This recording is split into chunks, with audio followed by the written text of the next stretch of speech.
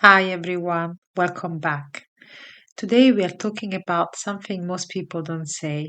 What is self love? What is the real self love? What if no one modeled what self love or self worth looks like?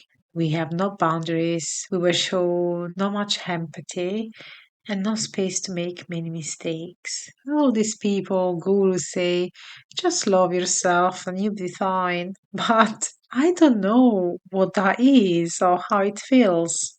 In this video, we are going to unpack what real self worth really is, no fluff, from a psychological point of view, how to put yourself first without guilt, and how to build self acceptance, self love, and self forgiveness. Let's get into it. Here's the truth: we learn self worth through the people who raise us.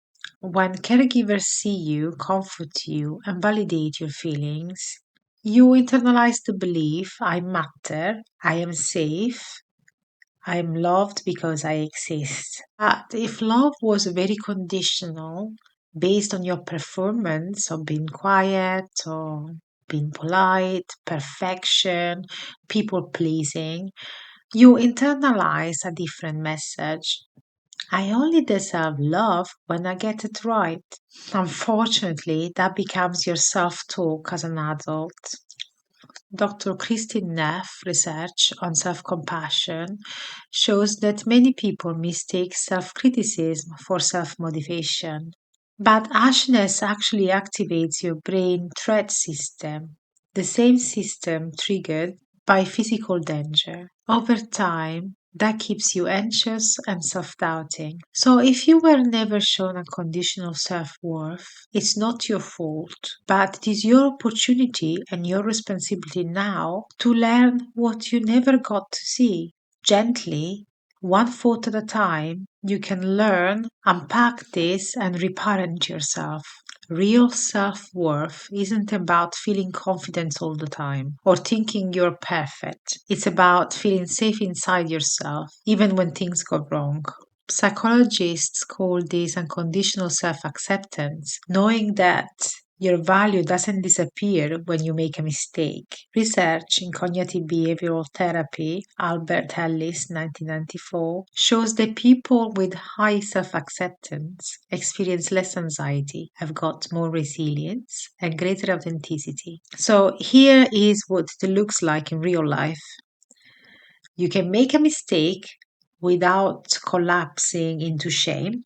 You can rest without feeling lazy. You can say no without feeling you're a bad person. Self worth is quiet, stable, and unconditional. It's not about ego, it's about peace. So let's talk about how to build self love when it wasn't modeled to you. This is where psychology meets real life.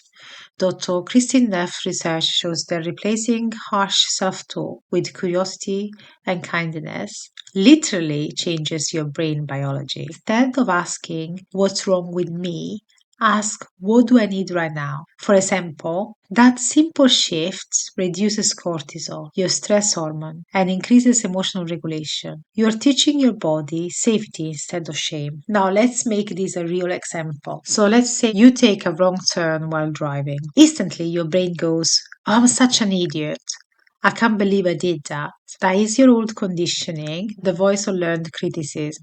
Pause, then just say this: okay, I took a wrong turn, it happened, I can fix it, I'm still doing amazing, I still love myself, I can make mistake.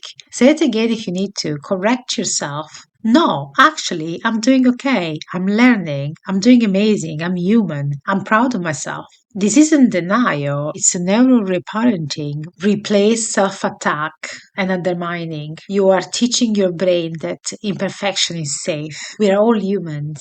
And that's what real self love is like. That's what real self love is. So imagine the younger version of you, the one who needed comfort, safety, and approval. Now you get to give that to yourself. Isn't that beautiful? Talk to yourself the way a caregiver should. You're allowed to rest. It's okay to start over. You don't have to earn your worth today. It's called reparenting. Give yourself what your childhood never did.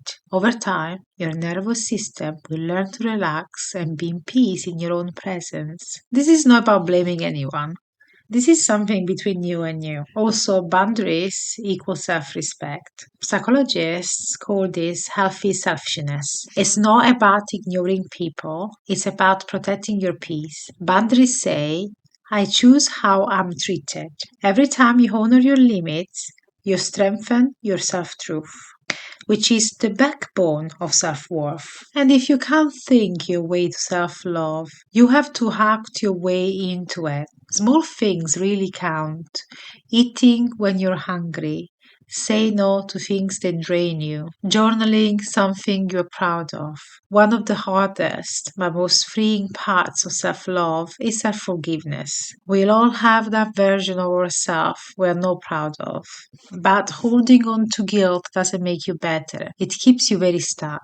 Research by Wool and Thompson 2008 found that people who practice self forgiveness experience better emotional health and more suitable motivation. So when that voice in your head says, I can't believe I did that, try something. I understand why I acted that way. I was doing the best I could at that moment.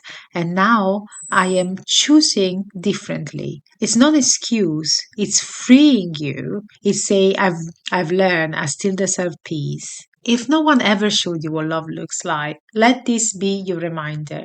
You can learn it. Love isn't something you magically have. It's a skill you build through presence, boundaries, and compassion. Start small, be patient, and remember you are allowed to be both a work in progress and a person worthy of love right now. So if you make some mistake, don't beat yourself up. You're learning. Look how much progress you're making. And just the fact you're here means that you've learned a lot.